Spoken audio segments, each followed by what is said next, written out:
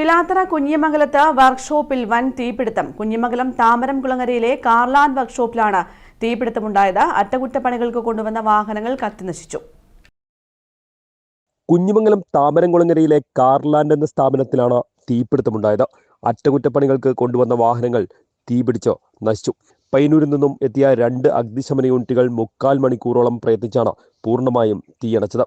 പ്രധാന റോഡിൽ നിന്നും മാറി സ്ഥിതി ചെയ്യുന്ന കെട്ടിടത്തിന് സമീപത്തായി നിർത്തിയിട്ട വാഹനത്തിന് തീപടരുന്നത് അതുവഴി കടന്നു പോവുകയായിരുന്ന വഴിയാത്രക്കാർ ഫയർ സ്റ്റേഷനിൽ അറിയിക്കുകയായിരുന്നു. രാത്രി 12:15 സ്ഥലത്തെത്തിയ അഗ്നിശമന സേന ഗേറ്റിന്റെ പൂട്ട് പൊളിച്ച് കോമ്പൗണ്ടിൽ കടന്നാണ് തീയണയ്ക്കാൻ തുടങ്ങിയത്. സേനയുടെ സമയോചിതമായ ഇടപെടലിലൂടെ വലിയ അപകടം ഒഴിവാക്കാനായി. സമീപത്തായി ധാരാളം വാഹനങ്ങൾ അറ്റകുറ്റപ്പണികൾക്കായി നിർത്തിയിട്ടുണ്ടായിരുന്നു. സ്റ്റേഷൻ ഓഫീസർ CP രാജേഷ് രക്ഷാപ്രവർത്തനത്തിന് നേതൃത്വം നൽകി.